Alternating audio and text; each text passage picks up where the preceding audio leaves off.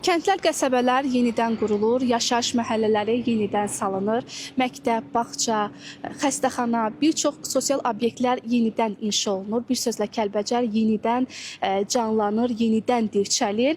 Təəssüflər olsun ki, bugün 1993-cü ildə aprelin 2-sində Kəlbəcərin işğal gününə təsadüf etsə də, biz isə sizə Kəlbəcərin yenidən qurulan, Kəlbəcərin bu möhtəşəm görüntülərini təqdim edirik. Hazırda biz Kəlbəcər şəhərinin 1-ci yaşayış məhəlləsində ümumi sahəsi 8,7 hektar olan 524 mənzildən ibarət binaların qarşısındayıq və qısa zamandan sonra isə bu gözəl binalarda Kəlbəcər sakinləri yenidən yurd yuva quracaqlar, yenidən isti ocaqlarına qayıdacaqlar və istərdim ümumilikdə Kəlbəcər şəhərində həyata keçirilən bir çox tikintilər haqqında da qısa məlumat verim. Belə ki, Kəlbəcər şəhərində 2-ci yaşayış məhəlləsi də inşa olunur ki, onun sahəsi 1,76 hektardır və bu layihə çərçivəsində 160 mənzildən ibarət yaşayış binaları tikiləcək. Eyni zamanda məktəb, uşaq bağçası, xəstəxana haqqında da vurğulamaq istəyirəm ki, ümumi sahəsi 2,24 hektar olan Kəlbəcər şəhər təhsil kompleksinin ərazisində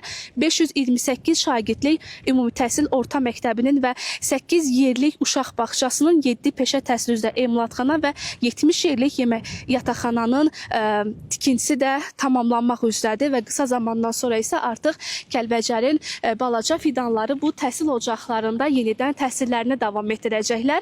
Əlbəttə ki, bu görünən gözəl binada isə bildirdiyimiz kimi məhz Kəlbəcər sakinləri yenidən yurd yuva qurub, yenidən isti ocaqlarını yandıracaqlar və əminik ki, qısa zamandan sonra isə biz ASTV Xəbər komandası olaraq həmin xoş günləri də sizə çatdıracağıq. Hələ ki, bizdən bu qədər. Qarşıdakı buraxılışlarda Kəlbəcər şəhəri ilə bağlı daha ətraflı məlumatlar verməyə çalışacağıq.